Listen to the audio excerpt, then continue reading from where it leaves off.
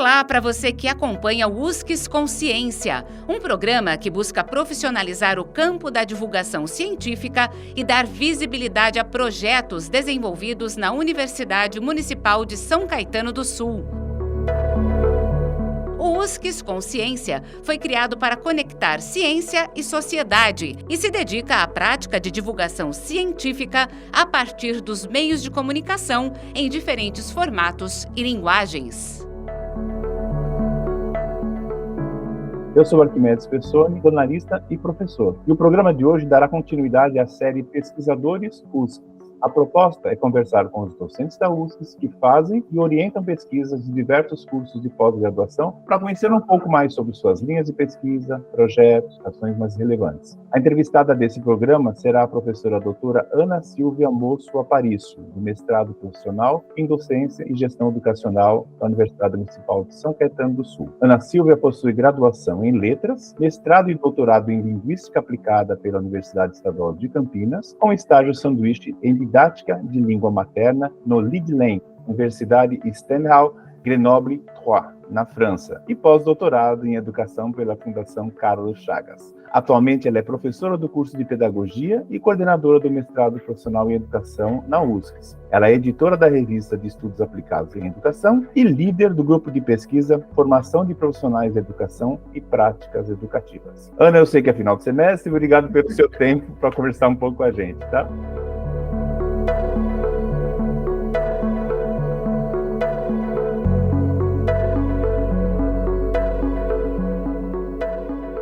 Eu aqui que agradeço participar aí dessa nova vertente aí, né, do seu projeto, que acho que é muito bacana. Eu acho que, assim, parabéns aí pela iniciativa. Obrigada. Eu que agradeço. Então vamos lá, vamos começar lá. De Penápolis, em 2008 você entra na USCS, né? Como é que foi essa trajetória? Por que você começou no curso de letras e onde é que o bichinho da pesquisa te picou? É verdade. E é muito interessante porque isso é uma história, né, bem clara. No início, eu estudei na Unesp de São José do Rio Preto. Acho que eu acabei nem colocando no currículo, né? Porque não segui. Porque o que eu queria mesmo era fazer tradutor e intérprete. Né? E eu até fui para a Unesp em São José do Rio Preto, passei no vestibular, tudo isso eu tinha 17 anos, né? Foi quando eu logo terminei o ensino médio lá em Penápolis e fui fazer a Unesp em São José do Rio Preto. Mas aí mesmo lá fazendo curso, né, de tradutor e intérprete, eu gostava. Aliás, o francês também, eu fazia francês e italiano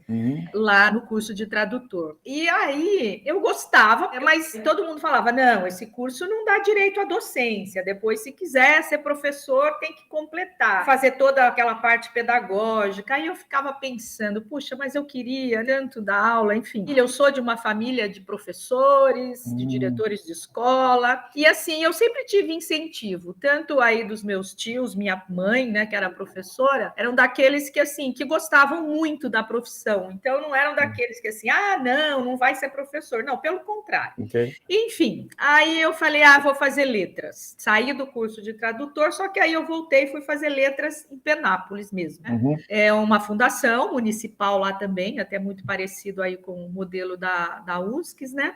Então, eu cursei letras e gostei muito. Falei, não, é isso mesmo o que eu quero. E além também, eu fazia letras português e inglês, de ter línguas que eu sempre também gostei, né? Muito dessa parte, tanto que eu, inicialmente, a minha ideia era ser professora de inglês, não de português. Mas aí, terminando o curso de letras, eu tinha um professor de linguística lá da universidade, e ele foi fazer também doutorado fora do Brasil, e ele me indicou para substituí-lo na disciplina de linguística. Então, olha onde começa isso.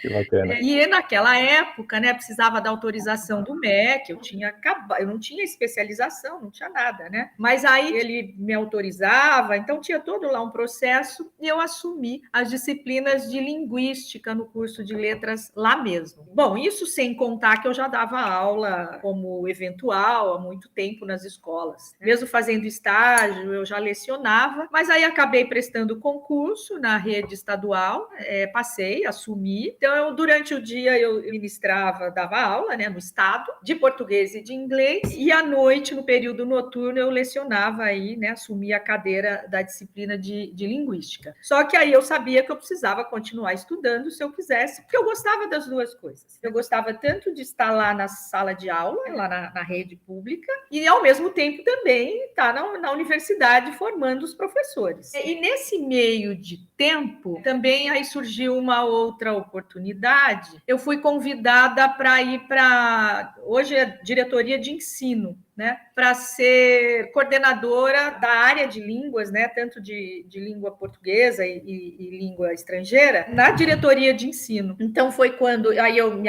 fui afastada, saí da sala de aula e assumi aí essa, que até hoje existe, né, aí na estrutura da rede estadual paulista, né, as oficinas pedagógicas. Então eu fui para a oficina pedagógica e eu fazia essa formação também dos professores da rede. Mas naquela época, isso era meados dos anos 80, 89, início dos anos 90, a rede estadual fazia a formação desses coordenadores, só que a gente tinha que vir para São Paulo, né? Aqui na SEMP, que era a Coordenadoria de Estudos e Normas Pedagógicas do Estado. Então, centralizavam as formações e a gente fazia esse repasse. E quando a gente vinha aqui fazer essa formação, eram professores da Unicamp, da PUC São Paulo, enfim, das grandes universidades que faziam a nossa formação e a gente chegava lá e repassava. Então, assim, fazendo essa formação, aí eu falei, bom, aí eu comecei a me aproximar dos professores das universidades e falei, bom, agora é minha vez de começar a pensar aí, né, em fazer o mestrado. E eu gostava muito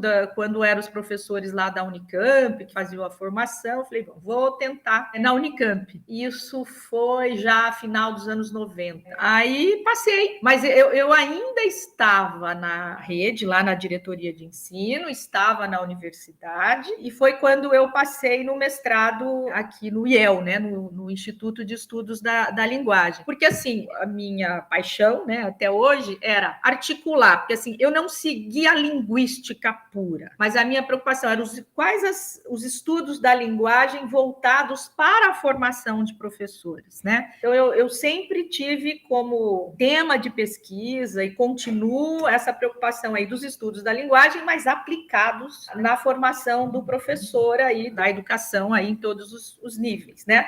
Para o trabalho com a linguagem. Então, nessa época, olha, ainda no início eu viajava, sabe?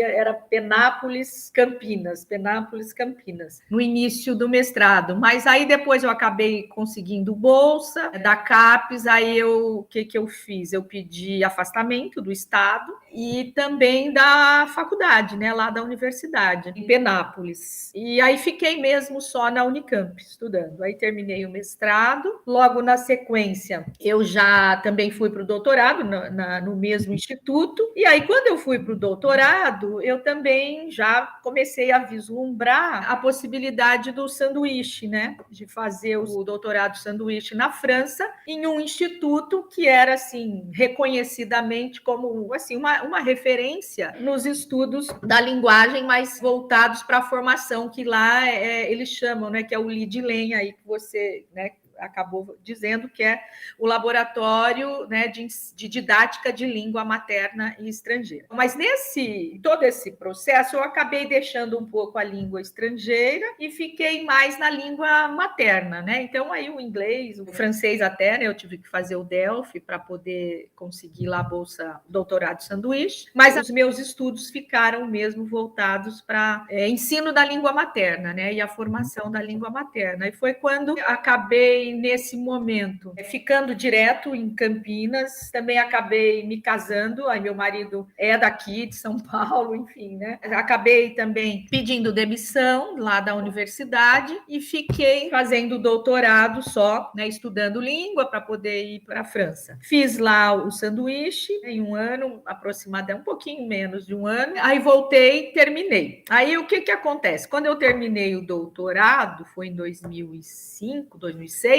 eu tinha um diploma de doutorado e desempregada.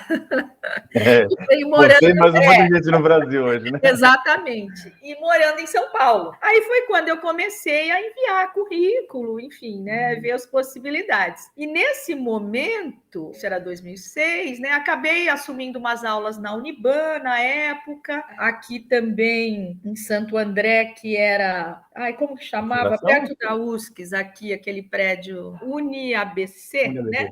UniABC, isso. Acabei assumindo e tal, mas eu namorava a USC, sabe? Eu falei, eu olhava, não tinha nada da área da educação na USC. Né? Mas eu vi até o curso das áreas de comunicação, eu até fiquei pensando, eu falei, bom, a hora que abrir concurso eu vou para o curso de comunicação, se tiver, né? Mas eu acabei mandando o currículo para a área mesmo, acho que de comunicação. Falei, bom, olha, eu sou formada, tenho doutorado e tal. Num belo dia, sei lá, isso foi em 2007, eu recebo um telefonema, uma ligação da Célia Haas, né? Falando assim, olha, eu sou da USC, vi seu currículo, né, por aqui, nós estamos aqui montando um curso de pedagogia. E gostaria de saber se você tem interesse, porque aí a gente, né, vai abrir concurso. E assim, gostei muito do seu currículo e gostaria de te convidar, quando tiver o concurso, se você tem interesse em prestar, fazer. Eu falei, tenho. Poxa. Com certeza, e foi aí. Eu fiz o concurso justamente para essas disciplinas, né? A metodologia do ensino de língua portuguesa, alfabetização. Em 2008 foi quando começou, 2007, na verdade foi 2007, o primeiro ano do curso de pedagogia, mas essas disciplinas para as quais eu tinha prestado, elas iniciavam no segundo ano do curso, né? Então foi em 2008 que eu assumi, então passei em primeiro lugar. Então, também se pontuou o currículo, você com pós-doc já, né? Isso, e desde então, né, estou na USCS, né, e muito feliz. Tá certo, não, isso é verdade. Agora, em que momento, Ana, se você quiser tomar essa aguinha aí, que eu sei que não tá fácil para a gente falar, né? Em algum momento da história que você já estava aí coordenando, já estava no curso de pedagogia nadando de braçada, surgiu uma ideia de montar um mestrado, né? E isso em que ano foi e como é que foi a proposta? Exatamente, né? Quando eu acho que isso já estava até na cabeça da professora Célia, porque ela já tinha essa intenção, né, de depois, com o curso de pedagogia, pensar aí na proposta, né, de um mestrado, de enviar um mestrado. Tanto que nesse processo seletivo, né, a maior parte, acho que 80%, 90% dos professores do curso de pedagogia eram doutores. Então, tinha já aquela sementinha, né? E a Célia cobrava muito da gente. Gente, vocês têm que produzir, não pode parar, vocês que acabaram, né? Acho que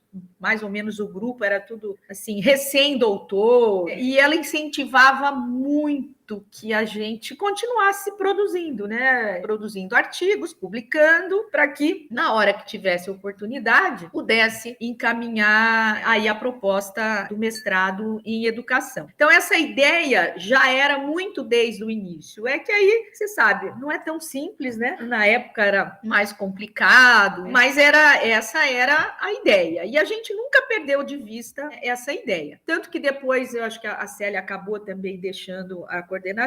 O Nonato, acho que foi bem nesse período, né? O Nonato assumiu também a coordenação e continuou com essa ideia. E a gente, em 2016, nós apresentamos uma proposta, foi acho que logo quando a Carminha, né, a professora Maria do Carmo, assumiu aí a pró-reitoria, nós levamos a proposta para ela do mestrado. Ela topou e só assim, com os professores da pedagogia, né? Mas alguns professores, eu acho que a própria Carminha, né? Alguns professores que já orientavam em programas, acho que aí a Carminha, o Leandro e o Elias, que era da comunicação, que também acabaram entrando na proposta. Encaminhamos em 2014, na verdade. Eu falei 16, não, foi em 2014 a primeira vez que a gente encaminhou. Só que assim, não foi aprovado porque eles disseram que não tinha nenhum professor com experiência em orientação de mestrado na área, né? na área da educação, porque tinham outros professores, o próprio Elias, a professora Carminha e o professor Leandro, mas eles estavam, a CAPES cobrava professor com experiência em orientação de mestrado na educação. Foi quando, então, a gente acabou convidando a professora Sani, que está até hoje no programa, que ela tinha experiência, ela topou inicialmente, aí submetemos a proposta, então, e aí foi aprovada, né, em 2016. Então, desde 2016, estamos aí nessa luta, e agora, né,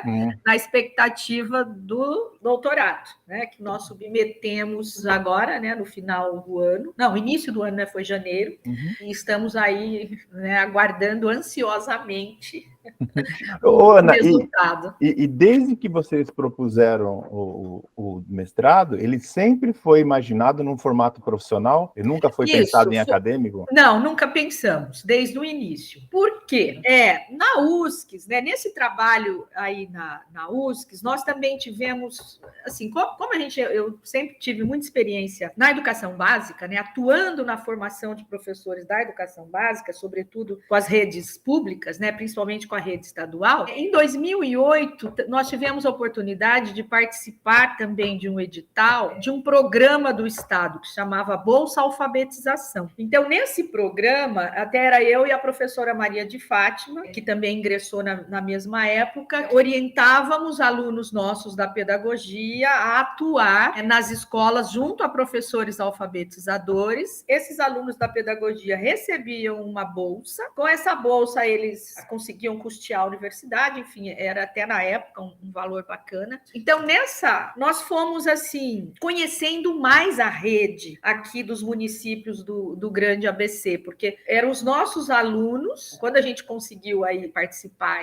ter aprovado, né, esse projeto, os nossos alunos da pedagogia eram alunos aqui praticamente de Mauá, de Santo André, São Caetano, São Bernardo. E como a gente fazia a formação, às vezes a gente tinha que ir até a escola. Então, nós começamos a conhecer muito a rede. Então, começamos a pensar, olha, aqui se a gente pensar em um mestrado, tem que ser primeiro um mestrado que funcione no período noturno. E a gente via que tinham, assim, professores muito bons professores, né, que tinham esse interesse em continuar os estudos, fazerem mestrado, mas não poderiam, né, ir para uma universidade, seja em que as disciplinas são durante o dia, enfim. E aí nós começamos mesmo, pensamos em uma proposta, né, e é interessante que também, né, era um momento de até muito início dos programas profissionais, principalmente na área da educação. Tanto que, assim, o nosso mestrado, ele é voltado mesmo, a proposta para a formação dos profissionais da educação básica, aí em todos os níveis e modalidades, né, até a educação profissional, mas, assim, no escopo da educação básica. Então, foi,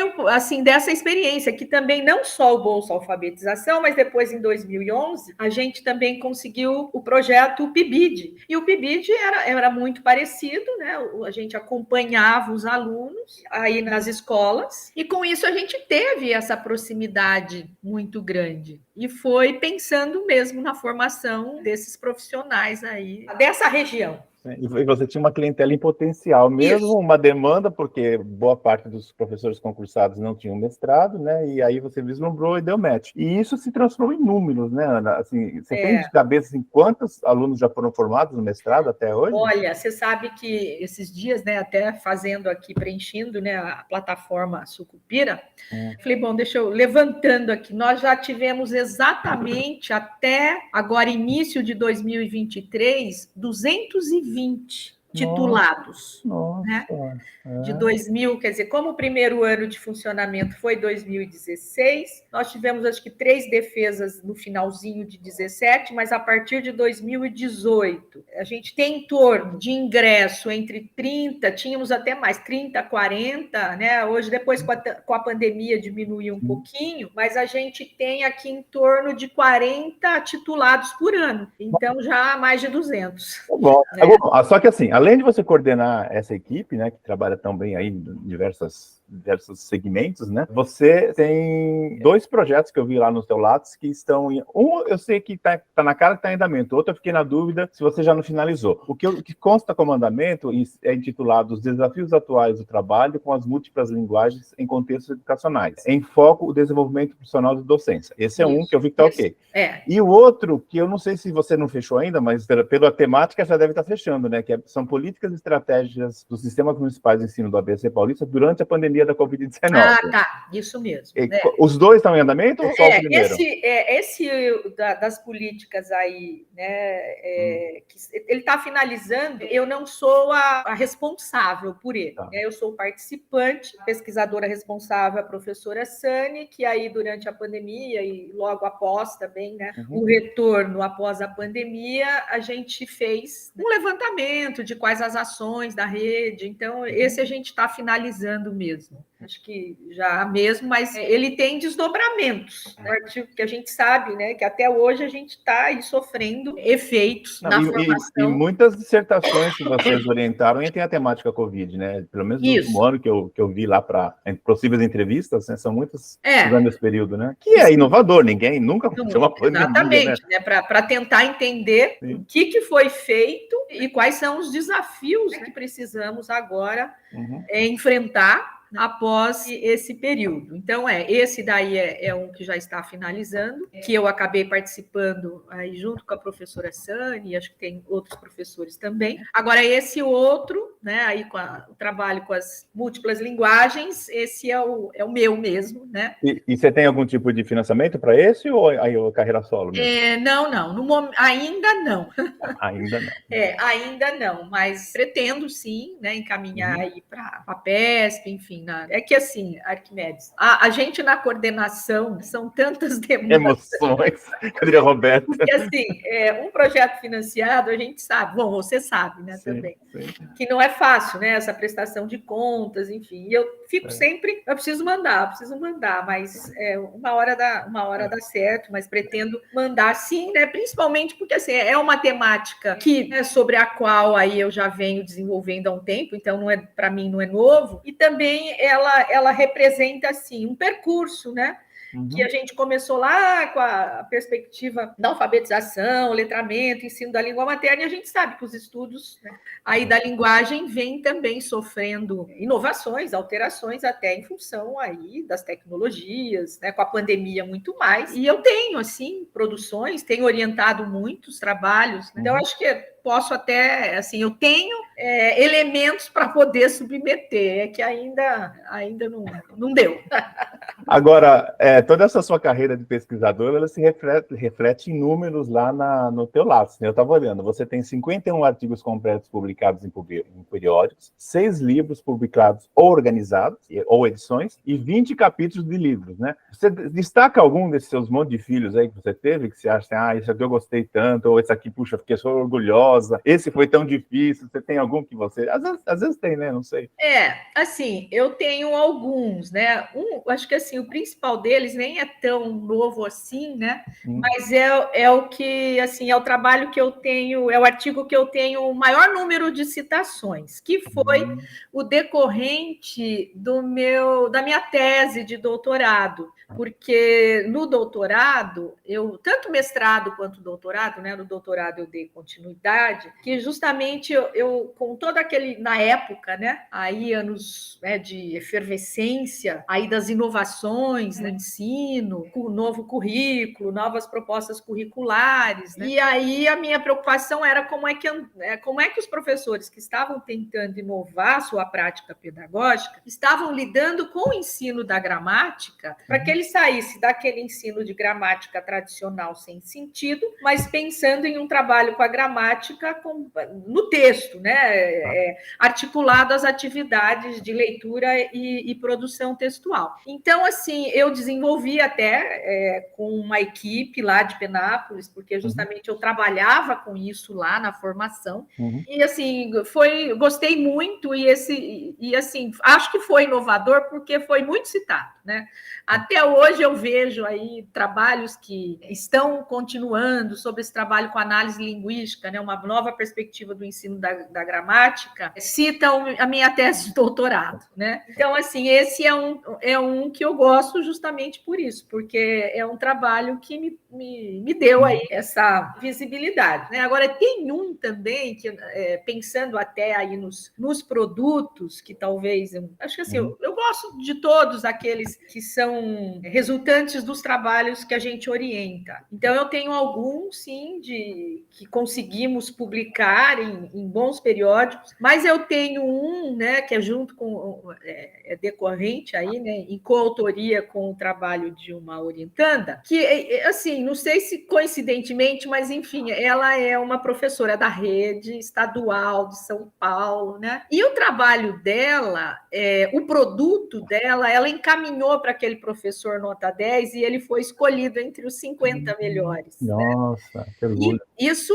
o produto. Né? Agora, o artigo, né, ele foi publicado em uma revista A1. Né? Então, eu falei, puxa vida, e é um trabalho que foi resultante de uma pesquisa intervencionista na própria prática. E por que eu fico... intervenção e na prática dela. Então, por que eu também fico muito contente? Porque muitas vezes, né, essa modalidade de pesquisa acaba não sendo, porque intervencionista na própria prática. Eu sei que requer do pesquisador aí esse afastamento, enfim, mas ela realizou a intervenção na própria prática e os resultados, né, foram muito interessantes.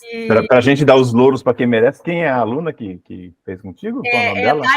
Daiane Martins Silva. Ela desenvolveu um estudo sobre o uso da plataforma Foco Aprendizagem, que é uma plataforma da rede estadual paulista, que ela é uma plataforma interessante, que acompanha o resultado, né, das avaliações dos alunos. E ela, utilizando os dados dessa plataforma, ela foi monitorando, acompanhando, desenvolvendo atividades e foi acompanhando o desenvolvimento desses alunos. E eu sei que essa pesquisa teve, assim, 2 bons resultados. Um artigo A1, então, quer dizer, tanto a parte acadêmica e o produto foi escolhido lá naquele professor nota 10, né? Ficou entre os 50 melhores. Então, Ana, isso que eu estou pensando aqui, né? Que eu ia falar do PPGE um pouquinho mais tarde, né? Mas agora, acho que já que você levantou a bola, é o engodo, né? Vamos combinar. Esse negócio que alguém falou pra gente que fazer mestrado profissional é mais fácil ou não é glamuroso. Nossa, é muito trabalhoso. Porque além de fazer toda a reflexão teórica, que isso vocês não eliminam no momento, você entrega uma dissertação, vocês ainda fazem com que a pessoa, a partir da reflexão, faça uma intervenção ou um produto. E vocês têm uns produtos muito legais, muito legais.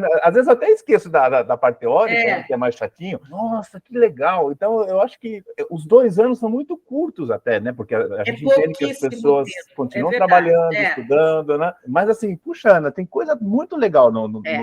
Vocês têm essa dimensão do que vocês estão fazendo? Sim. Você sabe que isso é algo que a gente o tempo inteiro discute, né? Nas nossas reuniões, enfim. Né? Até assim, pensa, até na nossa última reunião, agora em junho, né? Gente, veja bem, nós estamos fazendo o acadêmico, né? Sim. Porque a pesquisa, ela segue lá todo, né, o seu rigor, né? E, ao mesmo tempo, gerando esse produto que dá esse trabalho, né? Tanto que no início, né, lá no início, eles entregavam junto, tanto que depois, agora não, né? Depois da defesa, o aluno tem 60 dias para terminar, embora a gente, né, ele não pode também terminar o trabalho e depois não. Esse produto ele já começa a ser pensado, né? Juntamente aí com... É que depois ele tem mais 60 dias para elaborar, dar essa formatação, né? Um produto que seja dirigido a um público-alvo que, inclusive, ele tem uma outra linguagem, né? Sim. Ele não tem a linguagem. Então, é difícil. Uma BNTs, né? Exatamente. Então, nós temos mesmo esses 2 desafios. Acaba sendo 2 anos, né?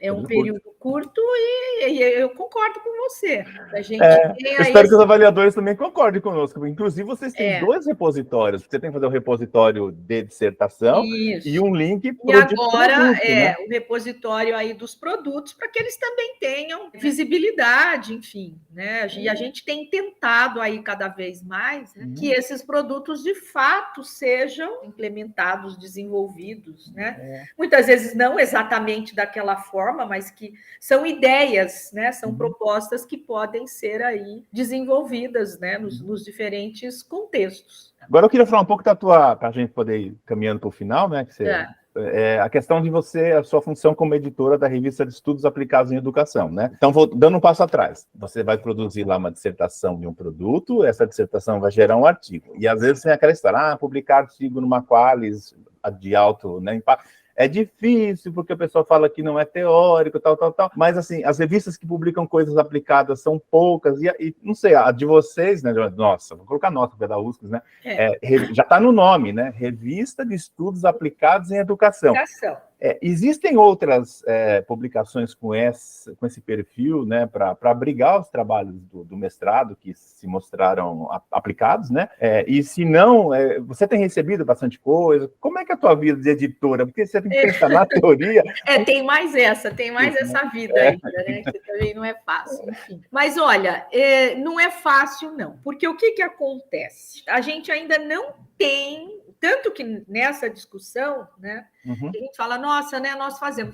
Porque o produto, não existe um Qualis ainda, né, um tipo Qualis de produto. Ele tem lá uma pontuação que é estabelecida pela CAPES e depois as áreas, né, escolhem lá quais são os produtos que ela vai pontuar, e tem essa pontuação e fica a cargo lá dos avaliadores, quando, né, na avaliação aí do quadrienal, que eles acabam vendo, talvez, e olhando se vai ter a pontuação ou não, né?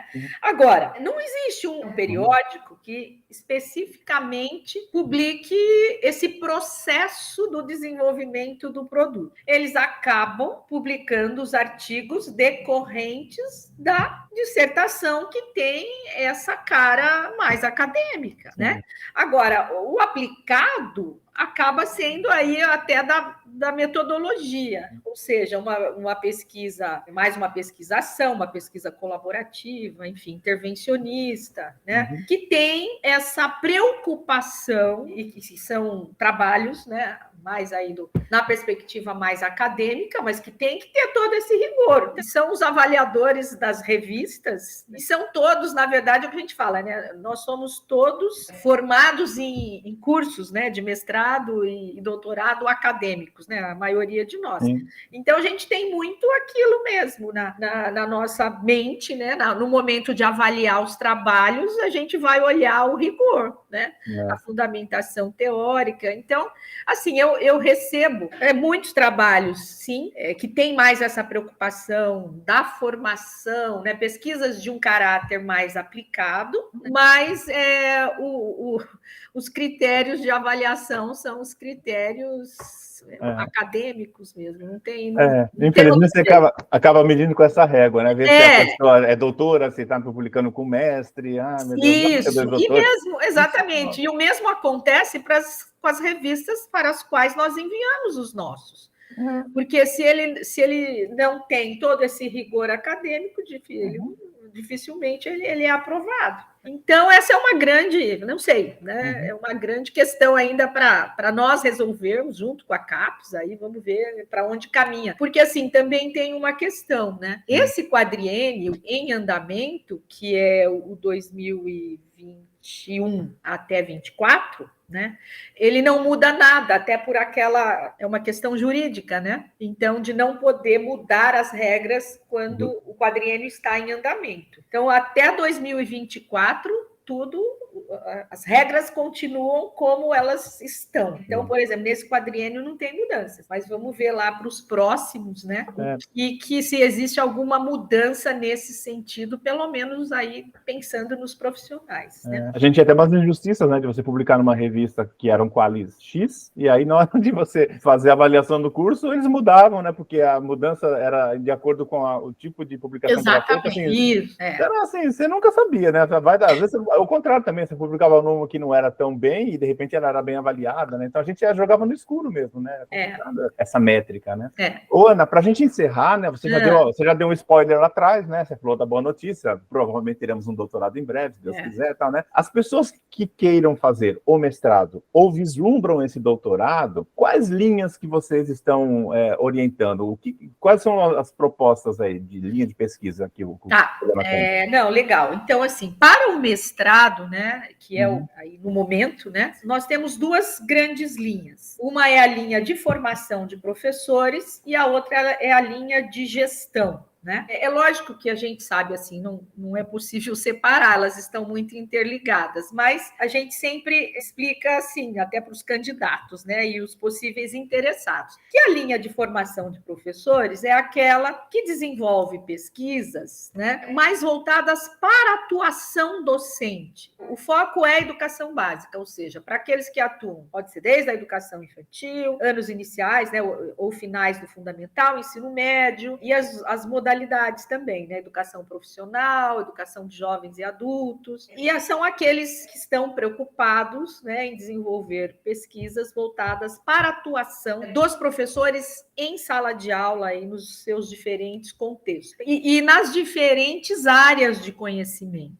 Porque o foco não é a área de conhecimento em si, né? Não é o ensino da matemática ou o ensino da física, da química, mas, ou seja, né, a formação desse professor para atuar em sala de aula. Então, envolve educação inclusiva, as práticas pedagógicas aí das diferentes áreas, a educação infantil mais especificamente. Também, né, hoje, cada vez mais, né, existe essa preocupação aí com a própria interculturalidade, né, relações étnico-raciais. Então nós também recebemos aí projetos bem interessantes voltados aí para essa temática, enfim, mas a questão mesmo da atuação do professor. Agora, a outra linha, que é a linha de gestão e políticas, são aqueles que têm por objetivo desenvolver pesquisas olhando a escola de um ponto mais macro, ou seja, como é a atuação do gestor, da equipe gestora, né? Professor coordenador, o vice-diretor, né? E dependendo da rede, né? Tem aí as diferentes funções daqueles que atuam nas equipes gestoras escolares, mas também nas equipes de gestão de políticas públicas, como o secretário de educação, o supervisor de ensino, né? Ou seja, são aqueles que estão mais pensando na educação de um ponto de vista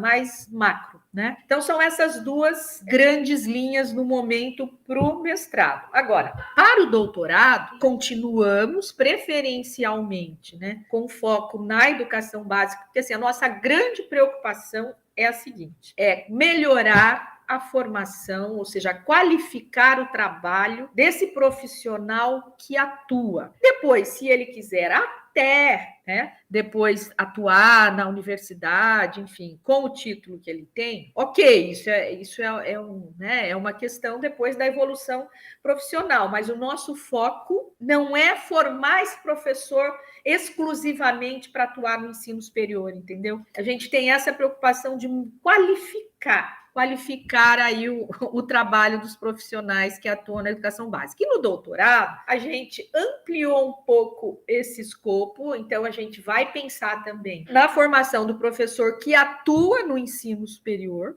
né? Então a gente amplia um pouco o escopo, como também as duas linhas vão permanecer as mesmas, a formação de professores e da equipe gestora. E no caso da equipe gestora, desses também que atuam em universidade, por exemplo, o gestor universitário, a equipe, né? E ampliando também para contextos formais de ensino e contextos não formais, né? Porque hoje, cada vez mais, a gente tem os contextos não formais em que a educação está ali. Então, no doutorado, a gente também está focalizando esses contextos não formais também. Então, além da educação básica. Nossa, que bom, né? Bom, você já tem aí mais de 200 falsos clientes Realmente, aí, né, nós temos... Puxa vida, que bacana. O que eu gostaria de destacar, né, que eu sempre penso, mesmo estando na gestão, primeiro que, para mim, é uma aprendizagem, né, que a gente está aprendendo sempre, né? Mas que nós temos, assim, eu gosto muito do trabalho em grupo. Então, esse trabalho que a gente desenvolve, né, no mestrado, que passou a desenvolver, e é um grupo que está aí, né, tem aí houve nesse processo uma mudança ou outra, mas o grupo permanece, né? Então, assim, que todo esse processo, né, que agora, até a gente, não, esqueci de dizer, né, que nesse quadriênio o programa foi de 3 para 4, né? Então, que nós conseguimos praticamente, porque no primeiro quadriênio o programa praticamente não foi avaliado porque ele tinha 2 anos, ou seja, em um primeiro quadriênio nós tivemos a nota 4. Então, isso é um motivo de orgulho, né? De reconhecimento, né? E de reconhecimento. E eu sempre costumo dizer que esse reconhecimento é pelo grupo, pelo envolvimento do grupo. Sabe, eu gosto muito mesmo desse grupo, né, com o qual a gente trabalha, com apoio, né, de modo geral. Então, é isso que eu gostaria de destacar, né? Sem querer jogar confete, que você não precisa disso, mas assim, por experiência, as entrevistas que eu fiz com ex-alunos do PPGE, unanimidade, todos, quando eu pergunto assim, gostaram? Todos gostaram, claro que teve uma pandemia no meio da história de alguns aí, mas assim, eles sempre destacam essa participação do orientador, né, em estar junto e construir junto, né, então mesmo entre os alunos, né, um apoiando o outro, então eu entendo exatamente o que você fala da questão do grupo, que é uma conquista coletiva, isso é muito importante. É uma conquista, quer dizer, a gente fala muito, né? Isso até teoricamente, né? A gente costuma dizer que para enfrentar os grandes desafios, né, da educação, que são muitos, e a gente sabe que eles não vão terminar nunca, a gente consegue resolver uns e vão surgindo outros, né? É eterno, ainda bem, né? E a gente